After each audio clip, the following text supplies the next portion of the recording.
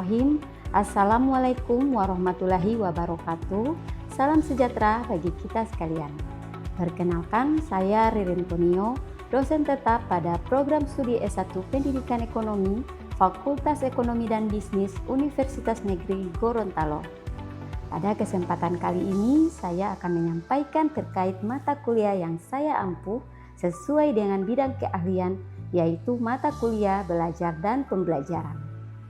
Mata kuliah ini ditujukan untuk mahasiswa Prodi Pendidikan Ekonomi semester 4 dengan kode mata kuliah UNG 91161122 berbobot 2 SKS. Diselenggarakan dalam 16 kali pertemuan tatap muka dengan rincian 14 kali pertemuan materi dan 2 kali dalam bentuk evaluasi.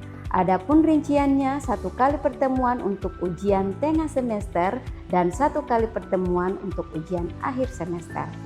Mata kuliah ini merupakan salah satu mata kuliah wajib umum yang bertujuan untuk membekali lulusan dalam mengembangkan strategi pembelajaran berdasarkan teori belajar.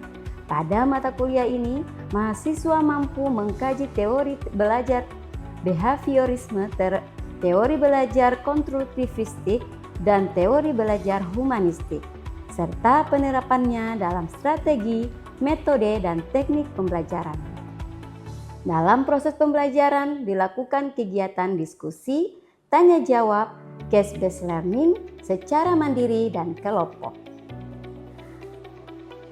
Adapun CPL Prodi pada mata kuliah ini yang telah tertuang dalam RPS yang telah divalidasi oleh Wakil Dekan 1 dan Koordinator Prodi. Adapun rinciannya, bertakwa kepada Tuhan Yang Maha Esa dan mampu menunjukkan sikap religius dalam menjalankan tugas proses perkuliahan dan pengembangan dan implementasi ilmu pengetahuan dan teknologi yang memperhatikan dan menerapkan nilai humaniora yang sesuai dengan bidang keahliannya. Mampu merencanakan, mengimplementasikan, dan mengevaluasi pembelajaran ekonomi secara inovatif dengan mengaplikasikan konsep pedagogik maupun keilmuan ekonomi, akuntansi, administrasi perkantoran, dan tata niaga, serta memanfaatkan berbagai sumber belajar yang relevan.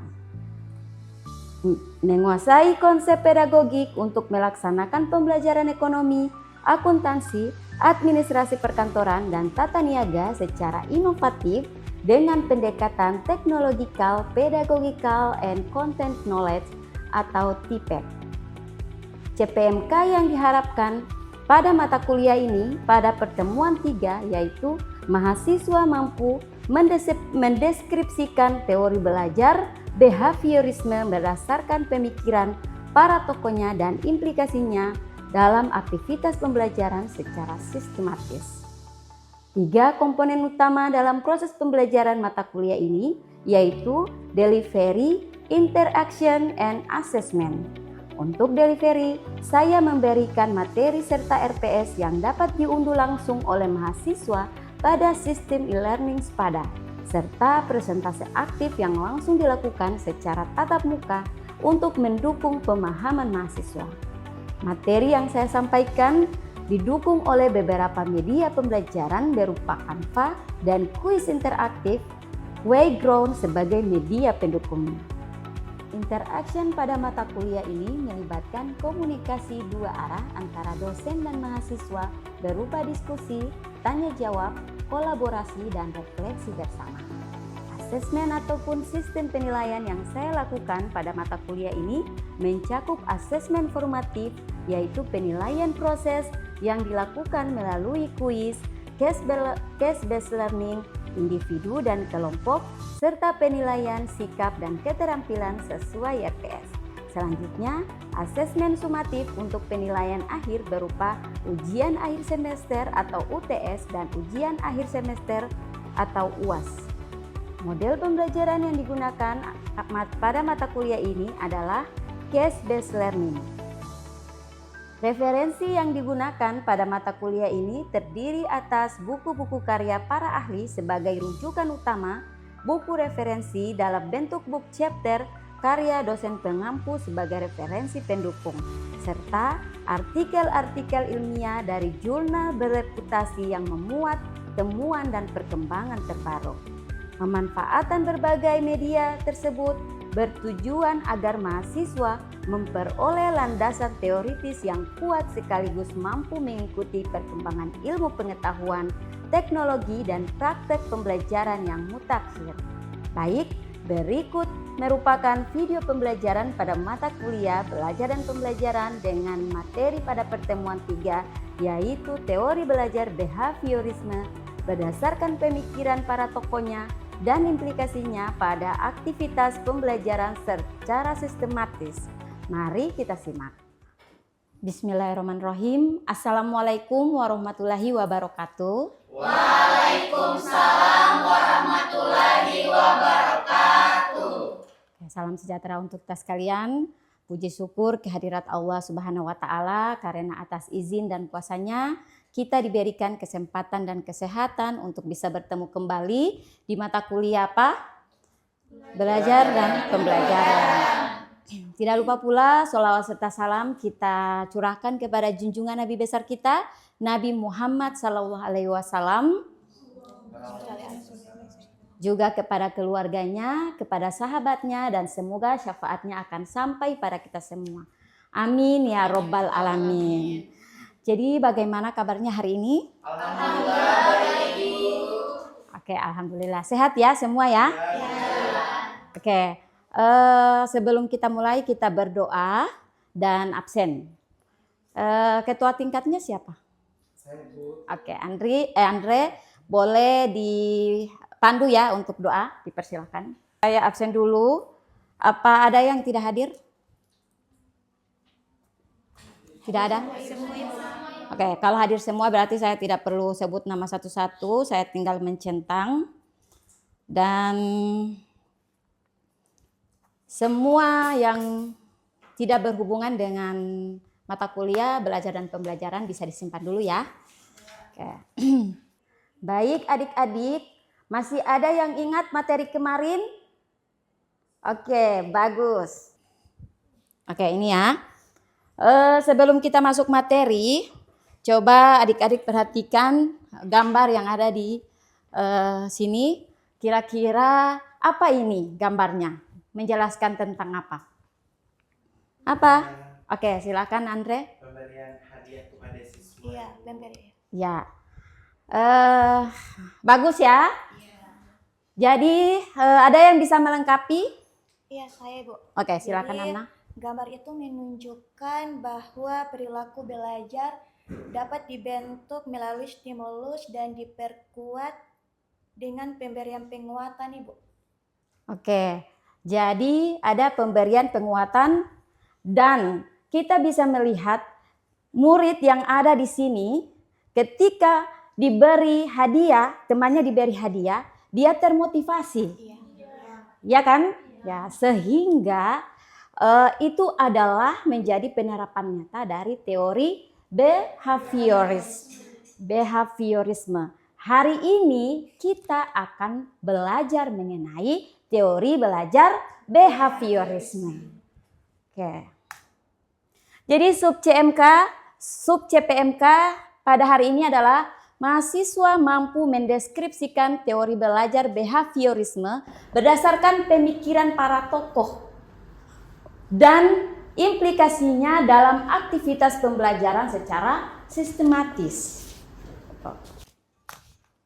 Konsep dasar teori belajar behaviorisme adalah teori yang memandang belajar sebagai proses perubahan perilaku yang dapat diamati.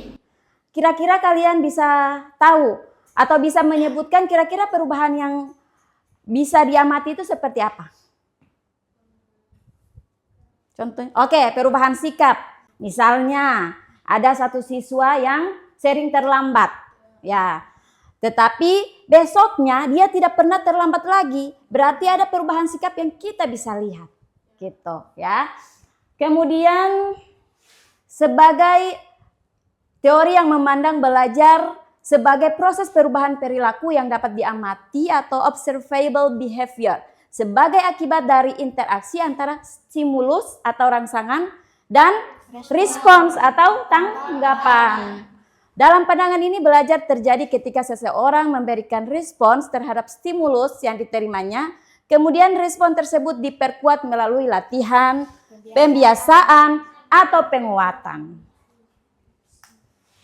Jadi ada konsep dasar teori belajar behaviorisme, yaitu belajar adalah yang pertama, belajar adalah perubahan tingkah laku. Seperti tadi ya, perubahan perilaku yang terjadi sebagai hasil pengalaman dan interaksi dengan lingkungan. Oke, yang kedua adalah stimulus. Oke, satu orang deh menjelaskan tentang stimulus. Ya, saya Ibu. Oke, silakan. Maju depan Ibu. Bisa. Oh iya. Atau ya. Sini, silakan. Ya, jadi stimulus itu yaitu rangsangan yang diberikan agar stimulus itu adalah rangsangan yang diberikan agar mendapatkan respon misalnya pujian, penggunaan media pembelajaran. Oke, terima kasih. Oke, jadi pujian. Seperti tadi ya, di gambar tadi. Ya, kita lihat ketika ada seseorang yang bisa mendapatkan juara 1, kita kasih reward. Dia senang. Yang teman-teman lain juga senang. Gitu. Dan berharap, ya Allah, semoga suatu saat saya juga akan menjadi seperti dia. Gitu. Yang ketiga adalah respon. Yaitu reaksi yang ditunjukkan oleh murid setelah menerima stimulus. Jadi ada misalnya menjawab pertanyaan. Apalagi ada penilaian hasil belajar. Kita bisa lihat apakah kemarin nilainya 0, besoknya dia bisa dapat 0 atau tidak. Jika besoknya masih dapat nilai 0, berarti tidak ada perubahan. Gitu. Kemudian yang keempat ada reinforcement, yaitu penguatan yang diberikan agar suatu perilaku positif muncul kembali. Jadi positif reinforcement itu ada 2, ada yang positif, ada yang negatif. Ini. Kalau positif dia memberikan sesuatu yang menyenangkan agar perilaku meningkat seperti tadi ya, reward, penghargaan. Kemudian yang kedua adalah negatif, menghilangkan kondisi yang tidak menyenangkan agar perilaku positif meningkat. Saya kasih contoh. Jika hari ini ada yang bisa jawab pertanyaan, bisa pulang lebih awal dari teman-teman yang lain. Jadi dia negatif ya, tetapi itu memunculkan semangat positif. Begitu. Dia negatif tapi positif. Bagaimana itu Ibu? Gitu. Siapa yang bisa jawab? Dia bisa dapat beng-beng. Siapa yang bisa jawab? Saya kasih pulsa dana 20.000. Mau? Mau dong. Oke, lanjut ya, masih ya.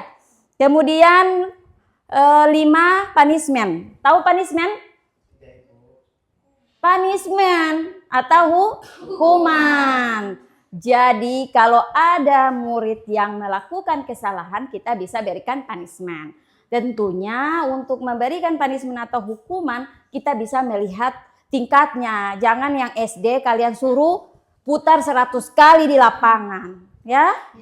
Ya, kalau saya dulu, kalau saya terlambat, saya biasanya diberi 20 kosakata bahasa Inggris.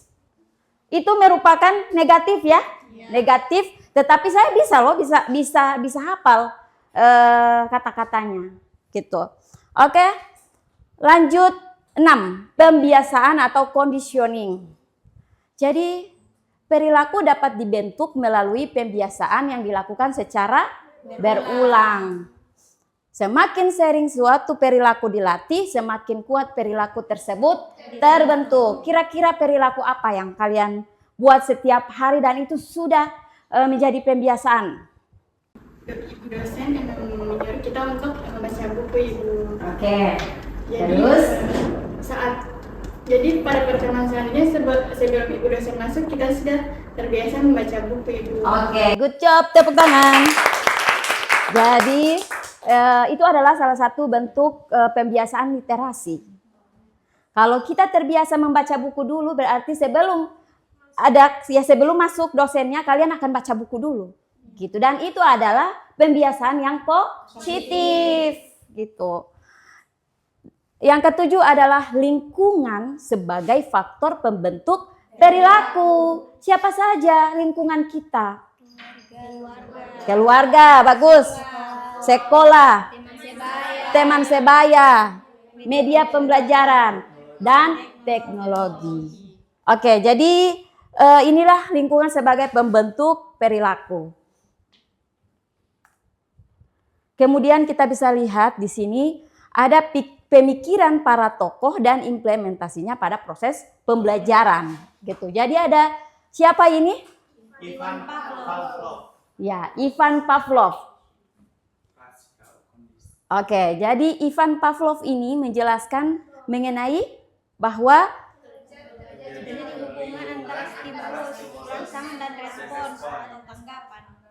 Oke, jadi Ivan Pavlov ini kemudian membuktikan atau Pavlov membuktikan bahwa teorinya melalui eksperimen pada anjing yang mengeluarkan air liur ketika mendengar bunyi bel setelah bel tersebut berulang kali dipasangkan dengan makanan gitu. Dalam pembelajarannya, ini implikasi dalam pembelajaran, guru dapat membentuk kebiasaan positif melakukan kegiatan yang dilakukan secara konsisten seperti tadi, berdoa atau motivasi dimulai atau tadi ya habit ya budaya literasi sehingga peserta didik itu terbiasa siap mengikuti pelajaran.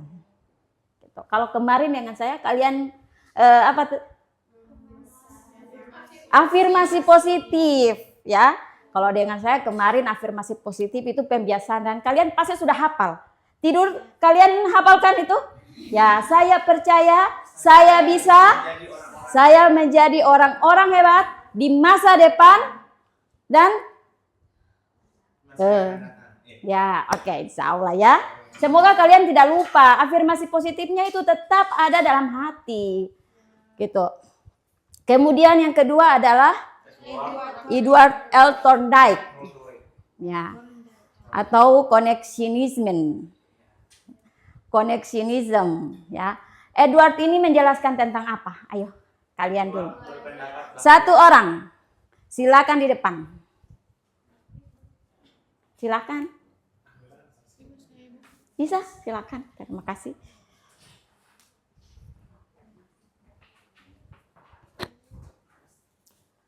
Oke, baik, di sini Edward Thorndike itu connectionist.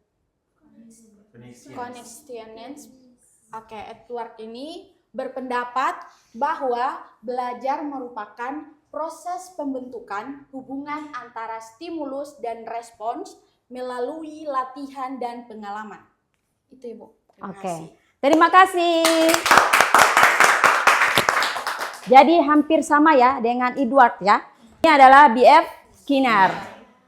Jadi B.F. Skinner menjelaskan bahwa belajar terjadi karena adanya penguatan atau reinforcement dan hukuman atau punishment. Perilaku yang diberikan penguatan seperti pujian, penghargaan atau nilai tambahan cenderung akan diulang. Kalian akan semangat sekali. Kalau ada dosen yang kasih beng-beng, kalian menantikan itu. Iya kan? Atau Silver Queen lah Ibu. Supaya yang enak. Jadi kira-kira kalian kemarin merasa suasana kelas kalian kondusif atau tidak? Kondusif ya. Oke. Awal-awal tidak kondusif. Oke, karena apa? Perlu penyesuaian diri. Gitu. Oke, sebelum kita masuk ke kajian artikel, ada pertanyaan tidak? Izin bertanya Ibu. Ya, silakan Amna. Jadi izin bertanya seperti judul Ibu tadi tentang teori behaviorisme. Behaviorisme. Ya, behaviorisme. Saya izin bertanya bagaimana cara guru membentuk kebiasaan belajar murid melalui teori tersebut Ibu. Melalui apa? Teori behaviorisme Ibu. Oke, pertanyaan yang bagus. Dalam pembelajaran guru perlu menciptakan suasana kelas yang kondusif. Ada reward, ada punishment ya, hukuman, apalagi stimulus, ada respon. Bagaimana gurunya hanya duduk, diam, kemudian keluar. Bahkan kalian tidak tahu bagaimana ada apa yang guru jelaskan. Karena hanya duduk, diam, menjelaskan seperti ini. Gitu. Jadi bagaimana pembiasaannya? Kita mulai dengan atau habit ya. Habit atau pembiasaan atau conditioning yang baru. Oke, jadi ada lagi pertanyaan? Cukup? Cukup ya. Kita bagi kelompok. Jadi saya akan 3 kelompok. Silakan bagi 3 kelompok. Saya akan bagi artikelnya. Ini kelompok 2. Siapa? Iya. Tunggu. Kayaknya. Skinner. Coba kalian ini. Kelompok 3 ini ya. Oke, jadi ada kajiannya, itu kalian bisa baca abstrak atau saya sudah sediakan yang menjadi abstrak kajian penelitiannya dan bagaimana hubungannya dengan yang kita pelajari hari ini. Gitu.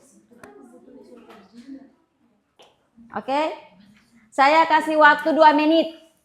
Kemudian yang presentase itu terpilih. Kita akan pilih ya, kita tidak bisa presentase 3 kelompok sekaligus. Silakan, saya beri waktu 2 menit.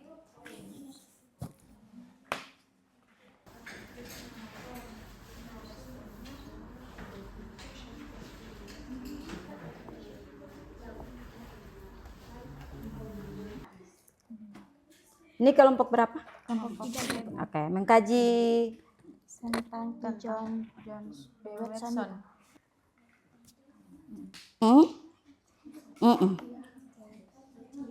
Oke. Kelompok 1 sudah? Oke, bisa presentase? Bisa. Oke, jadi yang saya tunjuk ya? Boleh.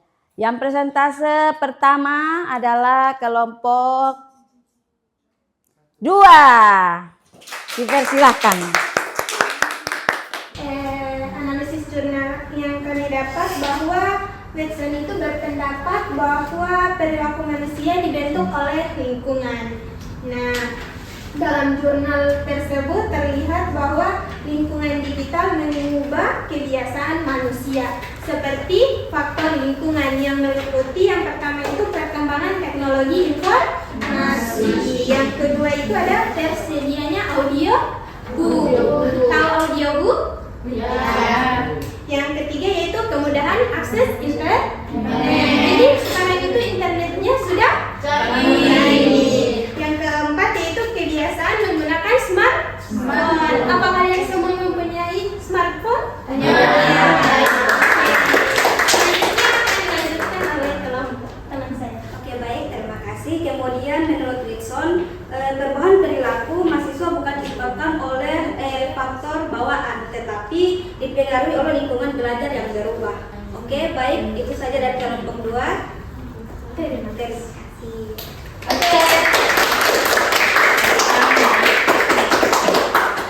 Diberi kesempatan untuk bertanya. Apakah sudah jelas? Oke, tepuk tangan. Oke, kita kaji contoh nyata. Pada zaman dahulu kala, mahasiswa ke kampus bawa buku seabrek. Iya kan? Jadi tasnya besar-besar. Kalau sekarang bagaimana? Bawa tas kecil tanpa bawa buku. Kenapa? Karena merasa bukunya sekarang sudah pakai e-book atau smartphone. Benar. Sekarang mau catat di mana? Di HP atau handphone ya? Tidak mau lagi pakai catatan. Gitu. Itu adalah contoh nyata. Sehingga sebenarnya teknologi juga bisa mendapatkan respon positif dari manusia.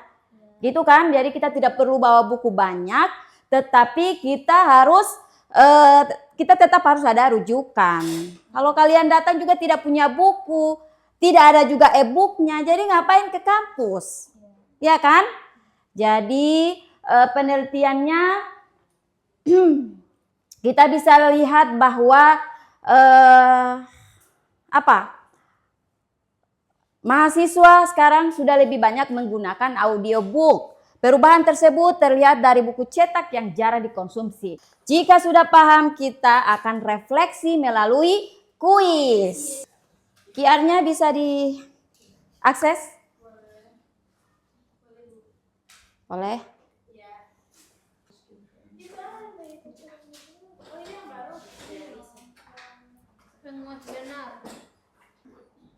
Yang bisa jawab juara 1 dapat pulsa darah 25.000. Ini reward ya, reward. Yang juara 1. Ya, mulai ya. Oke. Mulai 3, 2, 1.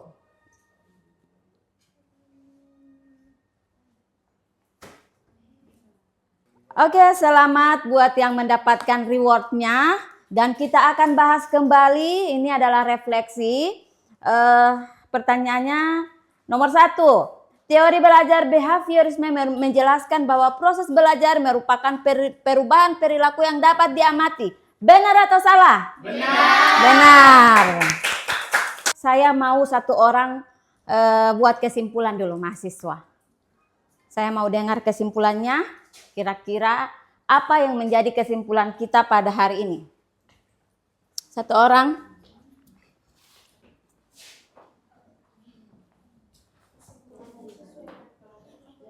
Menyeluruh secara umum. Ada yang bisa? Silakan yang belum tunjuk tangan. Sri Gita yang mendapatkan reward. Oke, silakan Sri Gita berdiri.